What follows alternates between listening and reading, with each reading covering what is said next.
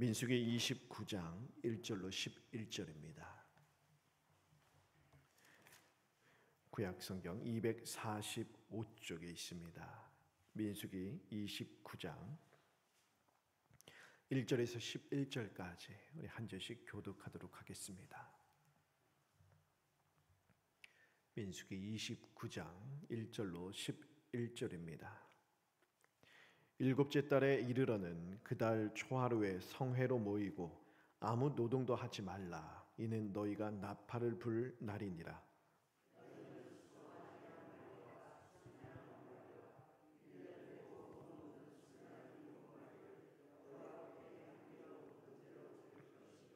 그 소재로는 고운 가루에 기름을 섞어서 쓰되 수송아지에는 10분의 3이요 순양에는 10분의 2요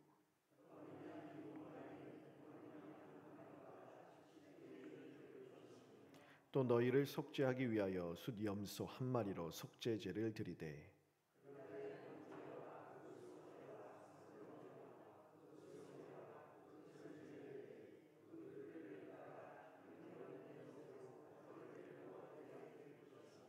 일곱째 달 열흘 날에는 너희가 성회로 모일 것이요 너희의 심령을 괴롭게 하며 아무 일도 하지 말 것이니라.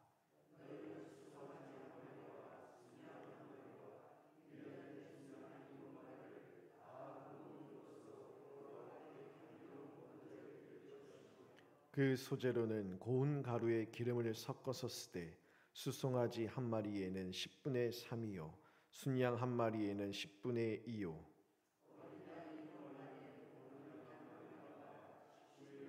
함께 읽겠습니다. 속죄제와 상번제와 그 소제와 그 전제 외에 순 염소 한 마리를 속죄제로 드릴 것이니라. 아멘.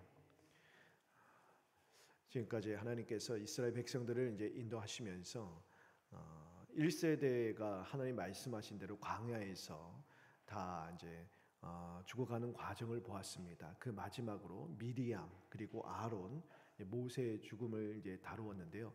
사실 모세는 아직 죽지 않았습니다. 하지만 지난주에 살펴보았던 것처럼 하나님께서 이제 모세의 마지막을 말씀해 주셨어요.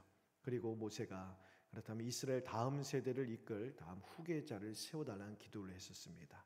그리고 이스라엘 모든 백성들이 다 하나님의 권위에 순복하는 내용을 살펴보았죠. 그리고 나서 하나님께서 이제 28장부터 이스라엘 다음 세대에게 다시 절기를 가르쳐 주십니다. 단순히 뭐 제사를 드리라는 것이 아니죠. 절기는 하나님을 예배하는 것이에요. 하나님을 찬송하는 것이고 하나님과의 만남입니다.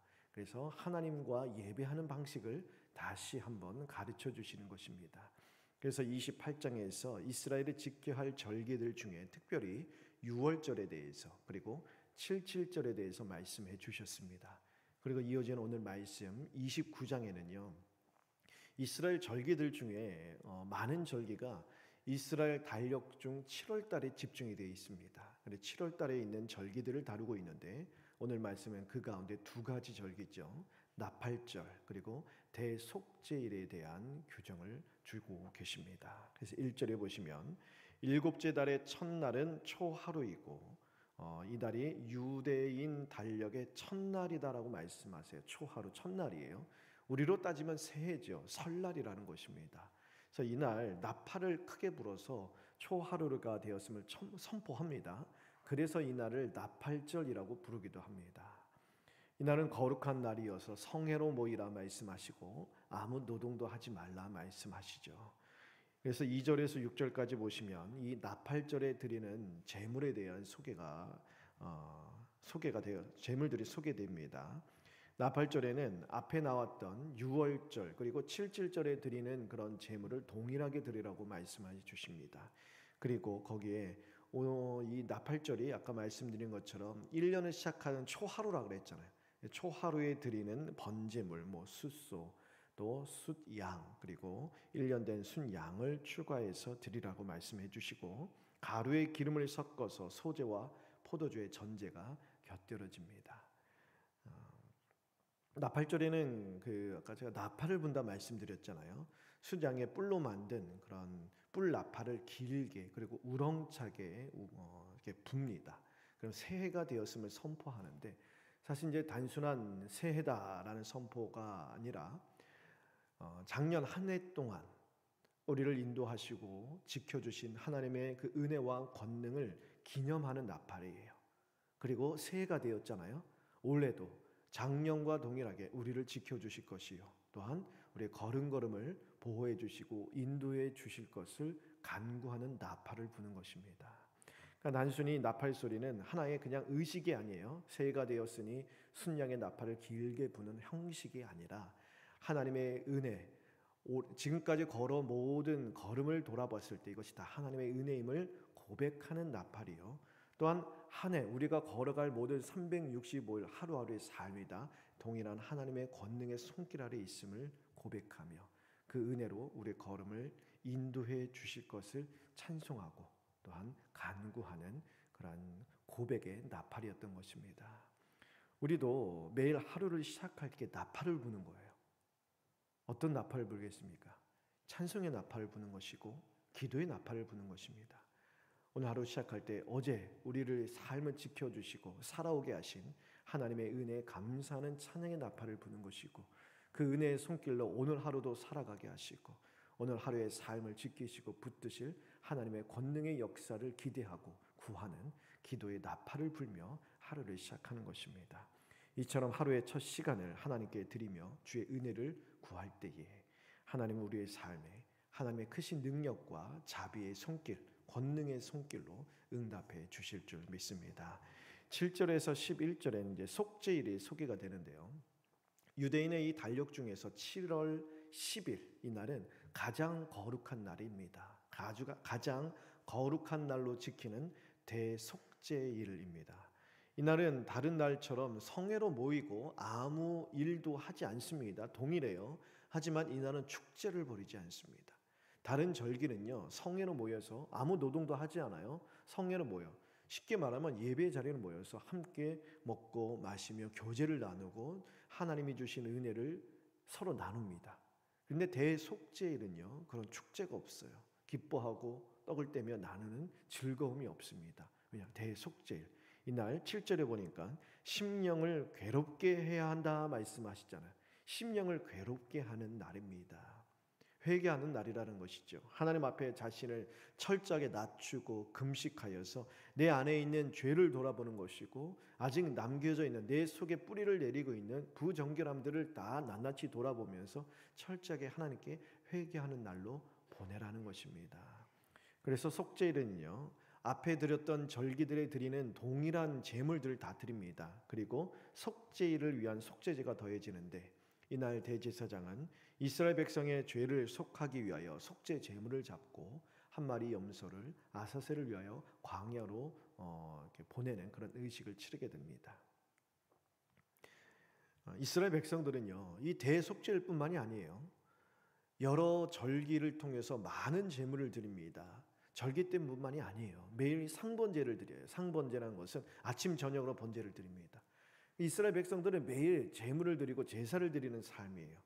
매일 제사를 드리면서 이 이스라엘 백성들의 삶은 제사를 드리는 삶이라고 말해도 과언이 아니죠. 근데 하나님께서 이스라엘 백성들에게 제사를 드리라 하신 목적, 이 제사의 본질적인 기능은요, 죄를 기억하게 하는 것이지 죄를 완전하게 속죄하는 것이 아니에요. 이스라엘 백성들이 이렇게 매일 제사를 드린다고 해서 그것이 쌓여서 그들의 죄를 점차 다 완전하게 없애는, 그래서 제물을 평생 제사를 드리고 나면 어느 순간 내가 이렇게 일평생 많은 제사를 드렸으니 나의 죄가 완전히 사함을 받았겠다라는 확신을 얻게끔 하는 그런 제사가 아니라는 거예요. 오히려 이스라엘 백성들이 매일같이 그렇게 상번제를 드리고 제사 때마다 절기 때마다 제사를 드리고 7월 10일 대속죄일에 그렇게 철저하게 자기 심령을 괴롭게 하면서 회개하면서 제사를 드리면 드릴수록 그들은 깨닫는 것이 이런 제사가 나의 죄를 완전하게 속죄하는 것은 아니구나는 깨닫는 거예요. 왜냐?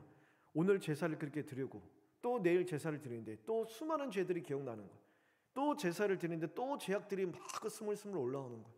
또 그렇게 죄를 회개하며 제사를 드렸는데 또 죄악들이 넘쳐나는 거예요. 그 삶을 반복하면서 이스라엘 백성들이 깨닫는 것은 이 제사가 나의 모든 죄를 완전하게 속죄하는 것이 아니라 나는 아무리 제사를 드려도 율법 아래에서 헤어나올 수 없는 연약한 자구나. 이 모든 율법으로 나의 죄를 완전하게 씻을 수 없구나. 그것을 깨닫는 것이죠. 그렇기에 그들은 메시아를 갈망하게 되는 거예요. 이 모든 율법으로도 제사로도 말끔하게 깨끗하게 씻을 수 없는 나의 모든 죄를 다 속죄하시고 완전하게 씻으실 수 있는 그 메시아를 우리에게 보내주실 그 날을 기대하게 되는 것이죠.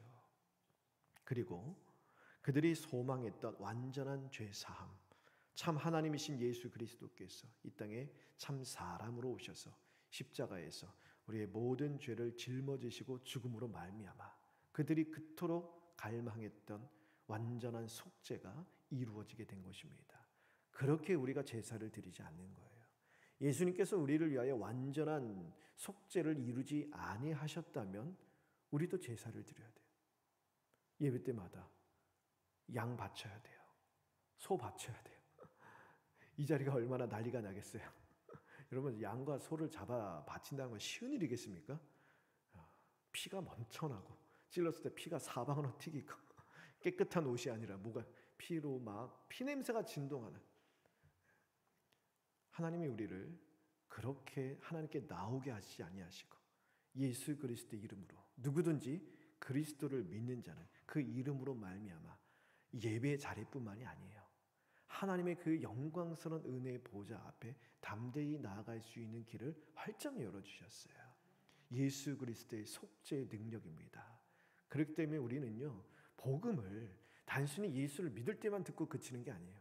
매일 복음을 다시 듣고 묵상하고 곱씹으며 그 복음으로 말미암아 우리가 얼마나 영광스러운 지위를 누리고 하나님의 자녀라는 것이 얼마나 큰 특권인지를 매일 깨닫고 우리가 그걸 가슴속에 새겨야 된다는 것입니다.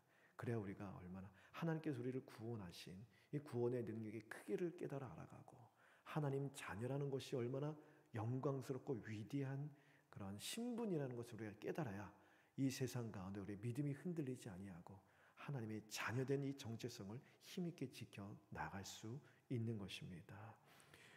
그러나 우리는 여전히 구약 백성들처럼 메시아를 기대하며 살아가는 거예요. 구약 백성들이 메시아를 매일 기대하며 갈망하며 살아갔듯이 우리도 메시아를 갈망하며 살아갑니다. 우리의 완전한 속죄를 위해서가 아니에요. 이미 예수님께서 우리 죄를 위해 십자가의 영단번에 완전한 속죄 제물이 되어 주셨습니다. 근데 우리가 메시아를 기대하는 이유는 무엇이겠어요? 예수님께서 이 땅에 다시 오시리라 말씀해 주셨기 때문에 예수님께서 재림하시는 그날 하나님 나라가 완성되고 우리의 영광스러운 구원이 이루어지고 구원받은 모든 하나님의 백성들이 하나님의 영광스러운 보좌 주변에 둘러서서 하나님께 영광과 찬송과 존귀를 올려드리는 우리의 영원한 그런 생명이 완성되는 그 날이 우리 앞에 보장되어 있기에 그 장래의 영광스러운 날을 소망하며 우리는 예배 드릴 때마다 찬양할 때마다 주 앞에 나올 때마다 그 날을 갈망하는 것입니다. 이것이 신약의 신실한 성도들이 예배를 통해서 늘 새롭게 해야 하는 그런 믿음의 비전인 것이죠. 우리는 예배할 때마다 하나님께 나올 때마다 그리스도의 재림의 날, 이 장래의 영광스러운 날을 소망하고 있습니까? 우리 믿음의 눈을 떠서 이 장래의 영광을 바라보며 이 땅에서 드리는 예배를 통하여 하늘의 영광을 미리 맛보아야 하는 것입니다. 예배는 단지 형식이 아니에요. 오늘 이 절기를 통해서 우리에게 말씀해 주신 것처럼 이미 이루어진 구속의 은혜를 감사하는 자리요, 아직 이루어지지 않았지만 반드시 이루어질 그 영광의 날을 소망하는 자리입니다. 나팔절처럼 매일 하나님 앞에 나와 하루를 시작할 때 어제 베풀어 주신 하나님의 은혜에 감사하는 찬양의 소리, 찬양의 나팔을 크게 불고 또 그 동일하신 능력으로 오늘도 살게 하시고 오늘도 감당하게 하시고 오늘도 우리의 삶 가운데, 가정 가운데, 자녀들 위해, 우리 교회 위에 하나님께서 부어주실 놀라우신 은혜를 간구하고 찬양하며 기도의 소리, 기도의 나팔을 크게 하나님께 울려 나팔을 크게 부는 것입니다. 그렇게 하루를 시작하는 것이요. 또한 속죄일처럼 우리 안에 아직 뿌리를 깊이 내리고 있는 죄와 불경건함을 회개하면서 하나님의 은혜 가운데 경건하고 거룩하게 오늘 하루를 살아내고자 하는 믿음의 결단을 하는 것, 이것이 바로 오늘 우리가 나와 하나님 말씀 듣고 기도하는 이 영광스러운 자리인 것입니다. 이렇게 매일 하나님 앞에 우리의 감사와 고백의 기도를 하나님 앞에 올려드리고, 또한 예배를 통해 우리의 심령이 깨어지고 우리의 삶이 재정비되면서 우리의 소망이 영원한 하나님 나라를 향해 뚜렷해지는 은혜를 이 땅을 사는 날 동안 충만히 누리는 저와 여러분 되길 간절히 바랍니다. 기도하겠습니다.